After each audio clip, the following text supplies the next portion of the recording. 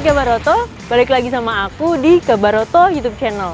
Kali ini aku mau nge-review salah satu mobil CBU dari Thailand yang dibawa ke Indonesia dan dipasarkan di Indonesia oleh Toyota Astra Motor. 6 Agustus kemarin, Toyota Astra Motor baru aja meluncurkan Toyota Corolla Cross. Biasanya kita dengar Toyota itu kan sedan atau hatchback. Nah, ini SUV.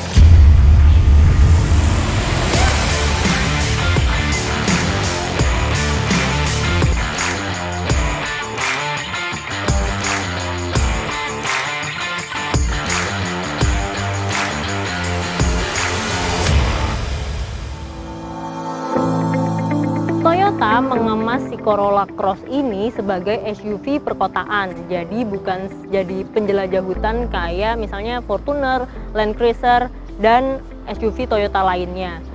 Ngeliat pasar di Indonesia, SUV ini sekarang kalau dibandingin sama MPV, perbandingannya 50/50. Jadi peminatnya juga udah cukup banyak. Toyota Corolla Cross pakai platform Toyota New Global Architecture C-Segment atau TNGA C. Ini platformnya sama kayak yang dipakai Lexus UX dan Toyota CHR. Yang bikin menarik dari mobil ini, selain perubahan bentuknya yang biasanya sedan, hatchback terus jadi SUV, harganya emang sangat menarik. Soalnya dipasarkan waktu pandemi ini harganya nggak nyampe 500 juta. Jadi Corolla Cross ini kan dikeluarkan dua varian, ada yang hybrid dan mesin bensin, dan dua-duanya nggak ada yang nyampe 500 juta. Bagi Toyota, keluarga Corolla itu jadi yang pertama disuguhkan ada segmen SUV-nya. Padahal kalau segmen SUV dari Toyota sendiri itu produksinya ada sendiri, yaitu ada Rush, Fortuner, Land Cruiser, dan RAV4. Penjualan Corolla selama 12 generasi itu udah mencapai 45 juta unit. Tapi adanya Corolla Cross ini sebagai SUV bukan berarti sedan udah nggak diminati lagi ya. Nah, di belakang aku udah ada Toyota Corolla Cross Hybrid, SUV perkotaan dengan kapasitas 5 penumpang.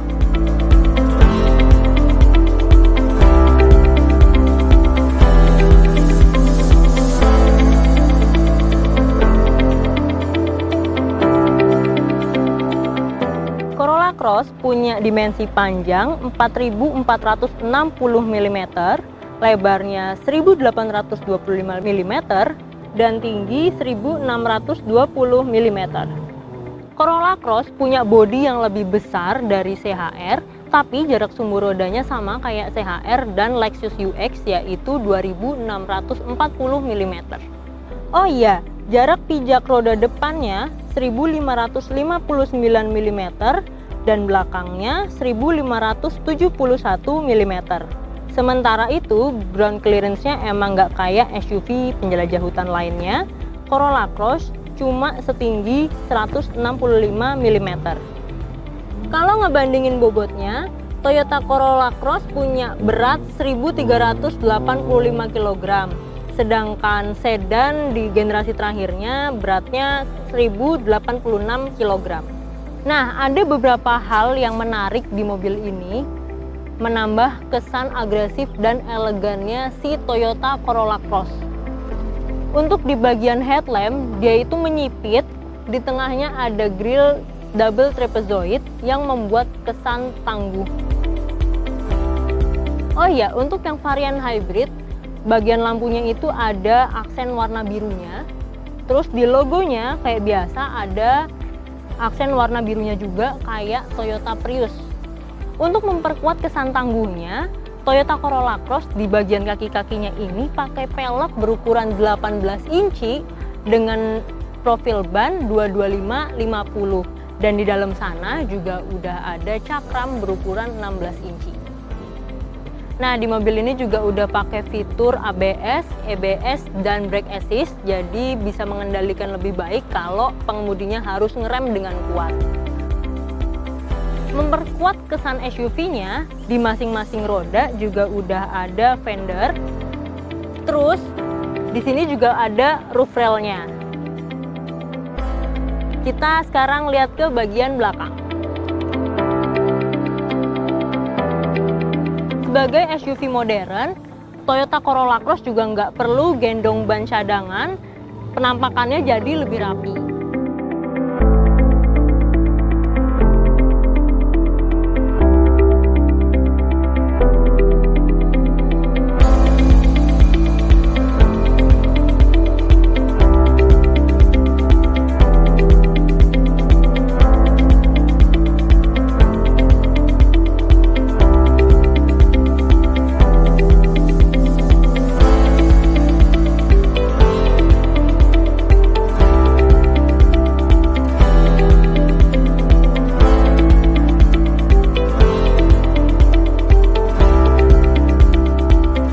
Sorotan lampu depannya menggunakan proyektor dikombinasikan dengan LED. Toyota udah memastikan pengendara bisa mendapatkan visibilitas terbaik waktu melewati lokasi yang minim cahaya atau misalnya saat kita berkendara pada malam hari. Kedipan sennya sudah menggunakan LED, jadi akan terlihat baik oleh pengendara lain. Untuk lampu remnya udah memakai LED juga, jadi punya ciri khas tersendiri menandakan mobil ini adalah Corolla Cross. Sekarang kita lihat di interiornya dan lihat-lihat fiturnya ada apa aja, soalnya ada yang menarik nih di dalam sini. Oh iya, jadi dia kan udah keyless. Dan enaknya lagi selain keyless dia pakai sensor, jadi nggak ada tombol di bagian gagang pintunya. Sobat Kabar Oto tinggal ngantongin kuncinya, terus tangannya bisa langsung di sensor sini dan dia akan kebuka secara otomatis. Untuk kuncinya juga tinggal taruh lagi tangannya di gagang pintu dan dia akan mengunci secara otomatis.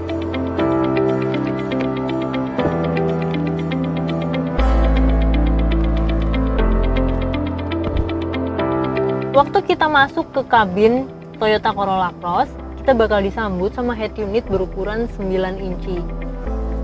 Di head unit ini ada banyak banget fiturnya. Aku bakal nunjukin ke Sobat Kabar Oto ada apa aja fiturnya, terus kayak gimana sih cara ngegunainnya. Nah, waktu kita nyalain kendaraan, head unitnya otomatis bakal ikut nyala. Setelah kita klik OK, dia akan menampilkan hari dan tanggal. Terus ada tulisannya nih, tanggal ganjil atau tanggal genap. Mengingat di DKI Jakarta kan ada sistem ganjil genap, ini akan sangat membantu kita mengingat ini ganjil atau genap dan kita samain sama plat nomor yang dipakai. Selanjutnya, di sini ada fitur M Toyota, Bluetooth, media, telepon, koneksi, aplikasi, pengaturan-pengaturan, notify, sama e-money. Nah, M Toyota sama e-money ini yang menarik di mobil ini. Di head unit ini kan ada berbagai macam fitur. Kita mulai dari yang paling atas, ini ada M Toyota. Jadi di sini enaknya ada dua pilihan, ada panggilan darurat dan dealer Toyota. Kita butuh yang mana nih? Kalau panggilan darurat ada apa aja sih? Ada customer care, ada Astra Work, ada polis, ambulans di kota lain, dan jasa marga. Ini akan sangat membantu kita waktu kita di jalanan dan kesulitan cari bantuan. Selanjutnya, kalau misalkan kita mau servis mobil, misalnya kita cari ada mau dealer Toyota di mana, kita klik di sini ada banyak banget pilihan kotanya. Aku bakal coba ke daerah Tangerang. Nah, kalau di Tangerang, di sini ada dari Alam Sutra, BSD, Bintaro, Pasar Kemis, Pondok Jagung, Daan Mogot, Karawaci, Serpong, Ciputat, Tangerang.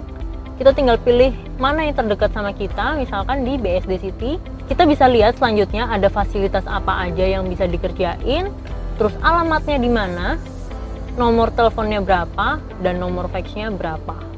Lengkap banget. Selanjutnya ada e-money. Jadi buat kalian yang mau ngecek e-money, ada saldonya berapa sih? Kita mau lewat jalan tol tapi nggak tahu saldonya tinggal berapa. Kalau pakai mobil ini bisa di tap aja di head unitnya. Di sini ada sensornya, bakal aku coba. Nah, di sini ketahuan deh saldonya tinggal 75.500. Fitur ini akan sangat berguna buat Sobat Kabaroto yang handphonenya nggak ada fitur NFC-nya, misalnya iPhone. Head unitnya juga terintegrasi sama setir. Jadi di sini kan ada voice command. Kalau misalnya kita pencet tombolnya, nah untuk voice command cuman bisa radio, previous, dan next. Radio 100.2.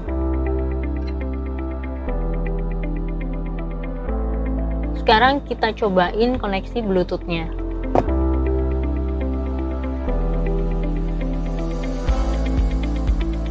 Nah, kita aktifin dulu yang ada di HP.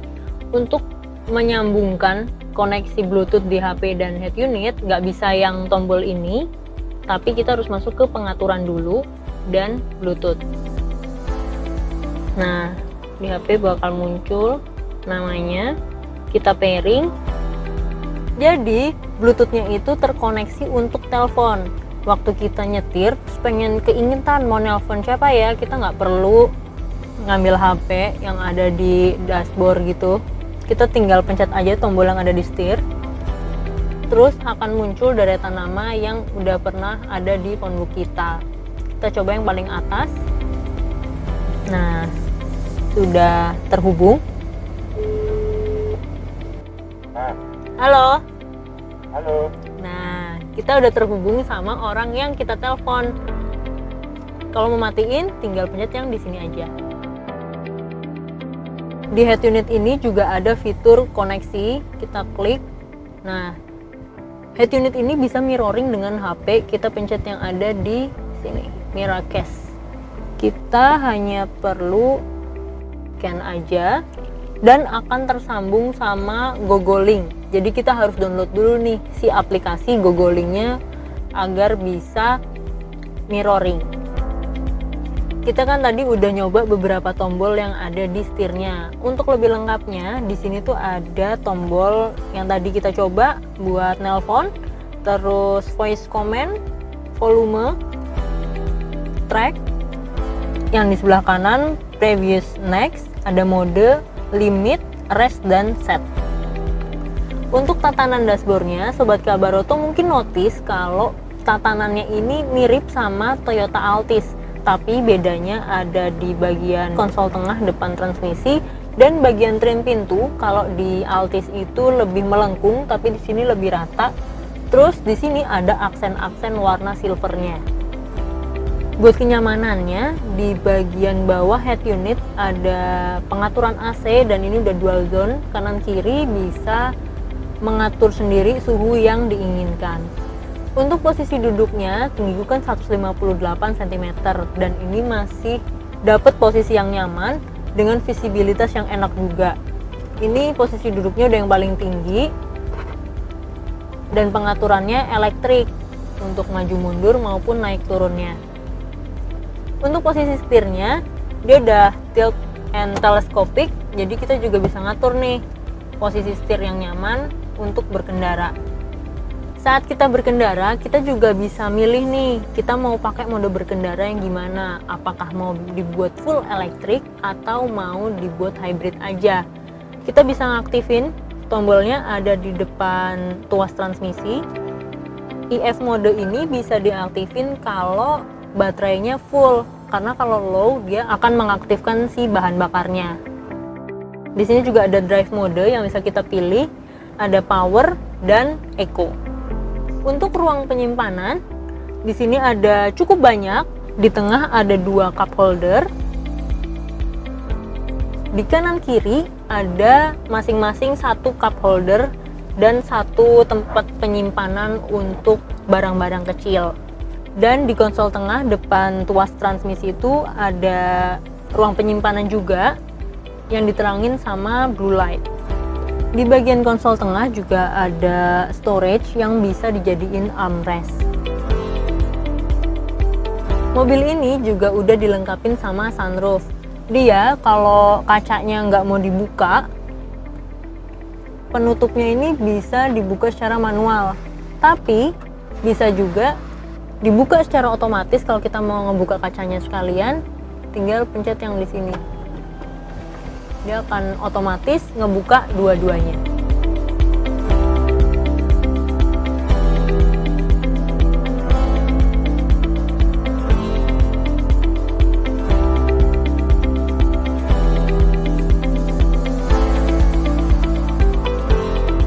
Sekarang aku ada di baris keduanya. Di sini lega dan nyaman banget. Terus enaknya kalau misalkan kita nggak bertiga di belakang, yang bagian tengah bisa dijadiin armrest, include dengan cup holdernya. Tapi tenang aja, kalau bertiga pun mau naruh minuman, di bagian trim pintu kanan dan kiri udah dilengkapin sama cup holder juga. Dari segi kenyamanan lagi nih, di belakang konsol tengah udah ada AC yang pengaturan suhunya ngikutin sama depan. Dan di bawah AC udah dilengkapin sama port USB untuk ngecharge HP.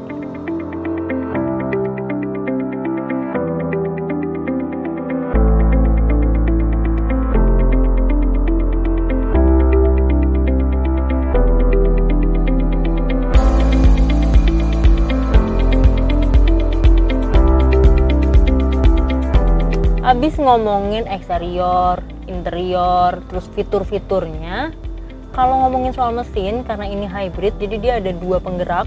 Yang pertama mesin bensinnya, dia kapasitasnya 1800 cc yang bisa menghasilkan 96 dk dan torsi 142 Nm. Sementara motor listriknya bisa menghasilkan tenaga sebesar 71 dk dan torsi 162 Nm. Sobat Kabaru tuh pasti penasaran banget dong sama harganya. Jadi, karena ini ada dua varian yang berbeda, tentu harganya beda dong. Untuk yang varian mesin bensin, dia harganya 457,8 juta, sedangkan yang hybrid 497,8 juta. Murah banget kan? Nah, sekian review dari Kabaroto. Jangan lupa like, subscribe, dan komen ya.